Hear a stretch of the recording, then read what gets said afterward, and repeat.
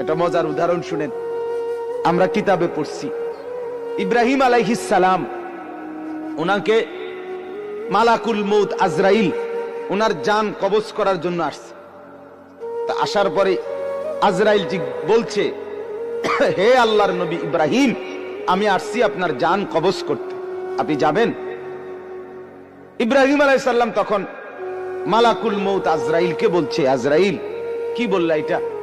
আচ্ছা তুমি আল্লাহকে একটা কথা জিজ্ঞেস করো, গিয়া যাও, একটা প্রশ্ন আমার। বলছে কি বলেন? তখন ইব্রাহিম আলাইহিস সালাম বলছে, আল্লাহকে তুমি গিয়া বলো, আয়াকবিজুল খলিলু রূহা খলিলিহি, কয় বন্ধু আরেক বন্ধুর কি জান কবজ করে? বন্ধু কি বন্ধুরে মাইরা ফেলে? কসাইডে কইতে কম, মানে আমি না আল্লাহর বন্ধু, তা বন্ধু কেমনে বন্ধুর মাইরা লায়? এটা কেমন কথা? আজরাইল গেছেন, আল্লাহ তাআলাকে শুনাইছেন, আল্লাহ তো শুনছেই, তো আল্লাহকে বলছে রব্বুল আলামিন, ইব্রাহিম তো এটা বলছে, কি বলতাম? তো আল্লাহ তাআলা ফেরত আরেকটা কথা বলছে যে আজরাইল তুমি গিয়ে এটা বলো ইব্রাহিমকে। এবার দেখো কি কয়। আজরাইল আসছে, আয়েশা বলতেছে আল্লাহ বলছে আপনাকে জবাবে, আয়াকরাহুল খলিলু লিকা খলিলিহি, বন্ধু কি বন্ধুর সাক্ষাৎ পেতে চায় না? বন্ধু কি বন্ধুর মোলাকাত পছন্দ করছে না? বন্ধুর সাক্ষাতে যাবেন না? ইব্রাহিম আলাইহিস সালাম সাথে সাথে বুঝে ফেলছে, হায় আচ্ছা তো আসলে মৃত্যু না, এটা তো আমারে মেরে ফেলা না, এটা তো আমার রূহ কবজ না, বরং আমাকে তো আমার মাওলার সাথে মিলায়া দেওয়া। তখন সাথে সাথে উনি বলছে, ইকবিদ রূহি আল আন ইয়া মালাকাল মউত, হে আজরাইল মালাকুল মউত, এখন আমার রূহ কবজ করো, আমি বন্ধুর কাছেই যেতে চাই। আল্লাহ তাআলা বলে, বান্দা শুনো, মৃত্যুর যন্ত্রণা সত্য সত্যই আসবে, যেটার থেকে তুমি নিজেকে পলায়ন করছিলে, মরতে তুমি কখনোই চাচ্ছিলে না, কিন্তু এটা শুনে নাও, যে মৃত্যু তুমি কখনোই চাও না, সেই মৃত্যুর যন্ত্রণা তোমার আসবেই আসবে।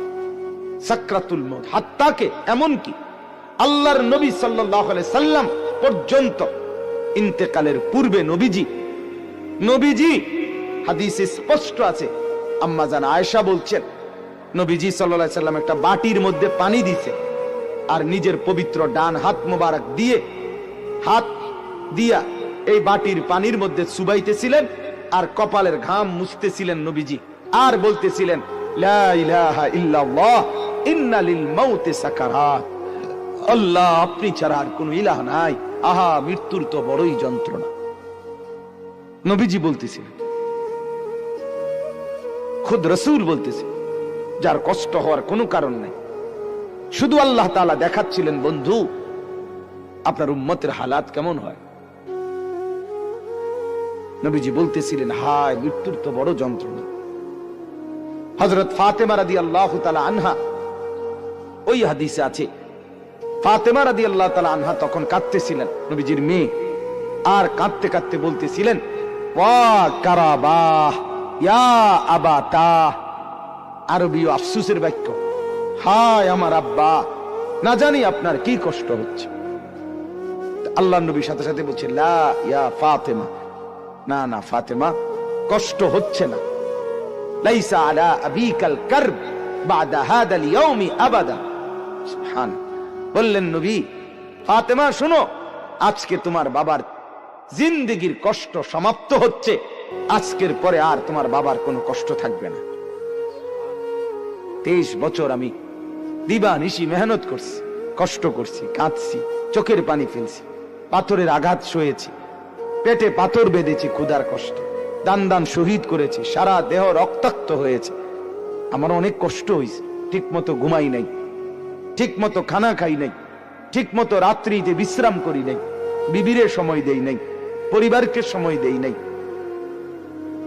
কাউকে ঠিক মতো সময় দিতে পারি নাই, কিছুই করতে পারি নাই দুনিয়ায়, বিশ্রাম সুখ আনন্দ উপভোগ শুধু মেহনতই করে গেছি, দিয়েই গেছি দাওয়াত, বলেই গেছি দুয়ারে দুয়ারে, দাঁড়ে দাঁড়ে, বারবার বারবার বারবার বারবার।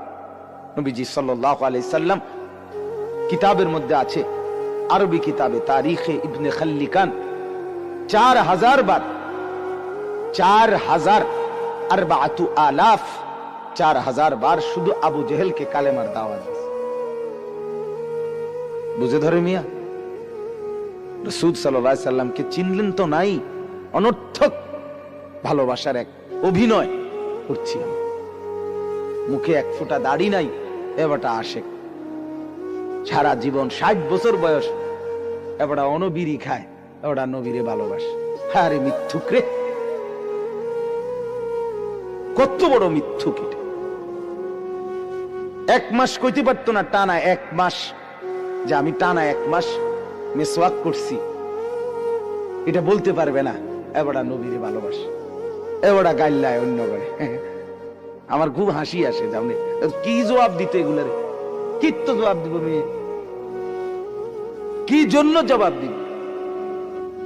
মৃত্যু তো খুব দ্রুত, আজ না হয় কাল, এবছর না হয় সে বছর, মরতে তো হবেই, আখেরাতে তো যেতেই হবে, কোনো সন্দেহ নেই, কোনো সন্দেহ নেই। এজন্য বলতেছিলাম, আল্লাহর নবী সাল্লাল্লাহু আলাইহি ওয়াসাল্লাম বললেন যে আজকের পর থেকে তোমার বাবার আর কষ্ট থাকবে না। আমার বলার উদ্দেশ্য হলো সাকরাতুল মাউত, মৃত্যুর যন্ত্রণা। প্রত্যেককে মৃত্যুর পূর্ব মুহূর্তে মৃত্যুর যন্ত্রণা সইতে হয়, ভীষণ যন্ত্রণা, ভীষণ ভীষণ। কিন্তু ঈমানদার সেই যন্ত্রণার মধ্যেই মজা পায়, মৃত্যুর সেই যন্ত্রণার মধ্যেই আনন্দ পায়, আনন্দ পায়। ঝাল তো খুব হয়েছে, কিন্তু স্বাদও তো লাগতেছে, ঠিকই না বলেন? শীতকালীন তরকারি তো ঝাল হইছে, বাকি শীতের ঠান্ডার মধ্যে শীত ঝাল তরকারি খাইতে মজাও তো পাচ্ছে। ঠিক এরকম মৃত্যুর যন্ত্রণা হইতেছে ঠিক, কিন্তু এই যন্ত্রণা মনে যেন চিরে ভিড়ে যাচ্ছে, কিন্তু ঈমানদারের দিল খুশি, কিছুক্ষণের মধ্যেই আমি আমার মাওলার জান্নাত দেখতে পাবো। এটা তখন তাকে সব কষ্ট ভুলায় দেয়, সব কষ্ট ভুলায়। এজন্য হাদিসে আছে, নবীজির মৃত্যুর যন্ত্রণা তো হচ্ছে মৃত্যুর সময়। আল্লাহর নবী জবানে কি বলতেছিলেন? আল্লাহুম্মা রাফিকাল আলা, আল্লাহ আমি পরম বন্ধু, শ্রেষ্ঠ বন্ধু, আপনি মাওলার সান্নিধ্যেই যেতে চাই। তার মানে জানো, আল্লাহ তাআলা বুঝাইছেন বন্ধু মরবেনও না, আমাকে আর পাবেন কেন? মরতে তো হবে, আসতে তো হবেই আমার কাছে।